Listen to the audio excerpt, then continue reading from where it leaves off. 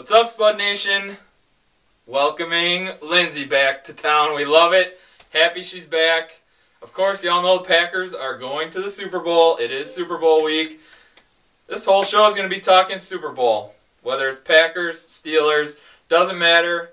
Lindsey's here to break it all down for you. So, we're going to get going.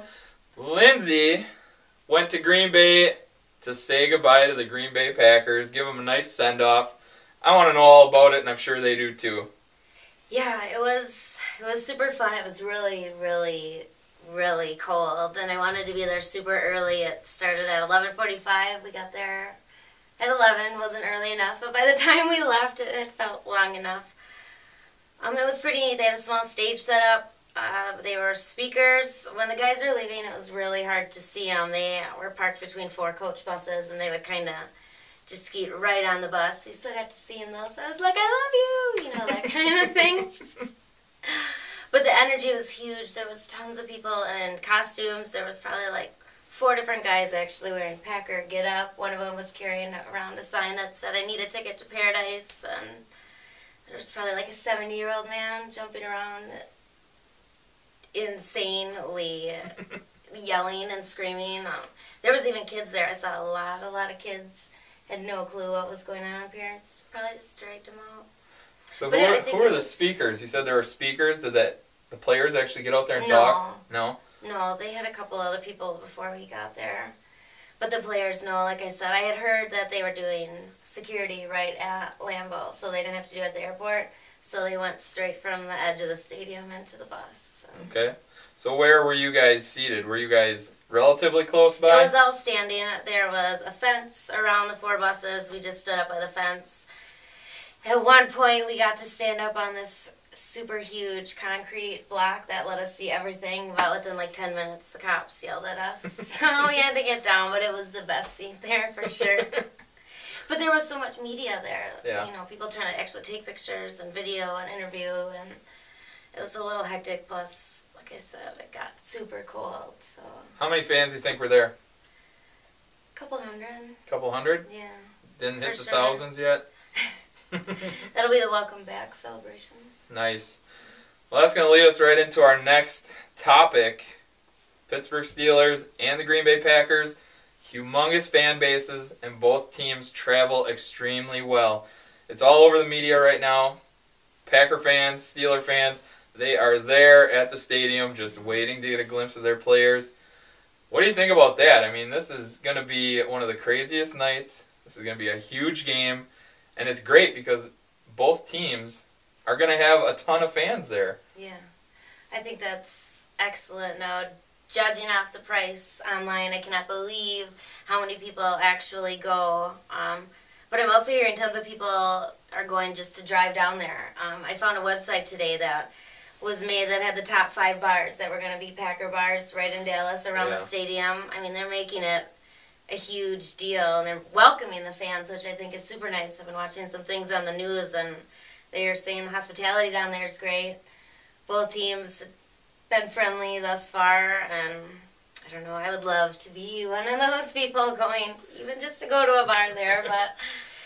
Not only to see the game, but to see the new stadium. The Cowboys Stadium is amazing from what I hear. They're charging $200 for people to sit in the parking lot. Yeah, I heard that. And watch it on a big screen TV. Yeah. I mean, atmosphere alone, you're going to pay that much money for. And then tickets on top of that, holy crap. I mean... Well, and I read somewhere online today, too, James Jones was even talking about how grateful they got to go to the stadium today for press day, and he was just super grateful to be there. He said when all the players walked in, they were like kids in a candy store. They all were recording as they were walking in, and just to hear them speak like that, just so humbling just to be there. I mean, the Cowboys get to play there all the time, and these guys are just so impressed by it that I think, I don't know. That was an excellent lead-in to my next point. The Green Bay Packers, super young team, one of the youngest teams in the NFL. Do you think that they're going to be kind of starstruck, not only by the stadium, it's the Super Bowl, all the media, everyone's on top of them. You have a quarterback for the first time going to a big game like this, and Green Bay's entire team, top to bottom, I mean, You have a couple veterans, but the majority, young players all over the place. Yeah, I do definitely agree with that. I have a couple of thoughts on that, though. First off, I do feel like our veteran players are fantastic leaders on and off the field for them, for that, and guiding them. I have been hearing a lot about players and ex-players talk about the distractions of Super Bowl week between the press, the parties, everything going on to keep the guys focused. And each time I've listened to Rodgers speak so far, he has said he's thankful to be in Dallas, away from the extra distractions. He was even talking about people calling him for tickets for the Super Bowl. And, you know, there were so many distractions here that we didn't even realize. And now that it's down there, hopefully they're starting to get into a routine. I think that Coach has good rules set for them, from what I hear, to keep them in line.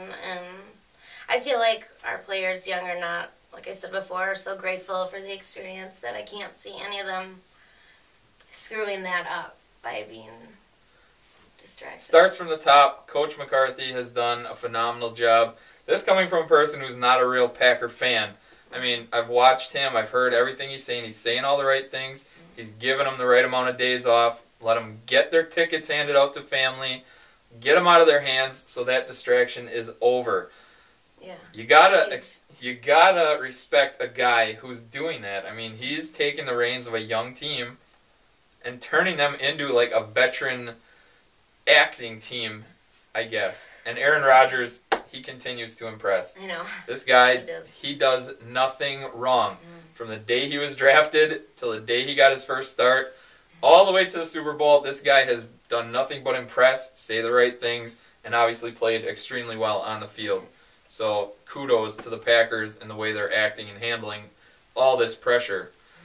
Now on the flip side, you have the Pittsburgh Steelers going for, their third Super Bowl in not very many years. I think like 6. Yes. 6 years. Ben Roethlisberger, he's there. He's doing it again. I mean, does this give them the edge? They have some veterans, a lot of veteran savvy, and guys who have done it. They've done it all the media, everything we just got done talking about.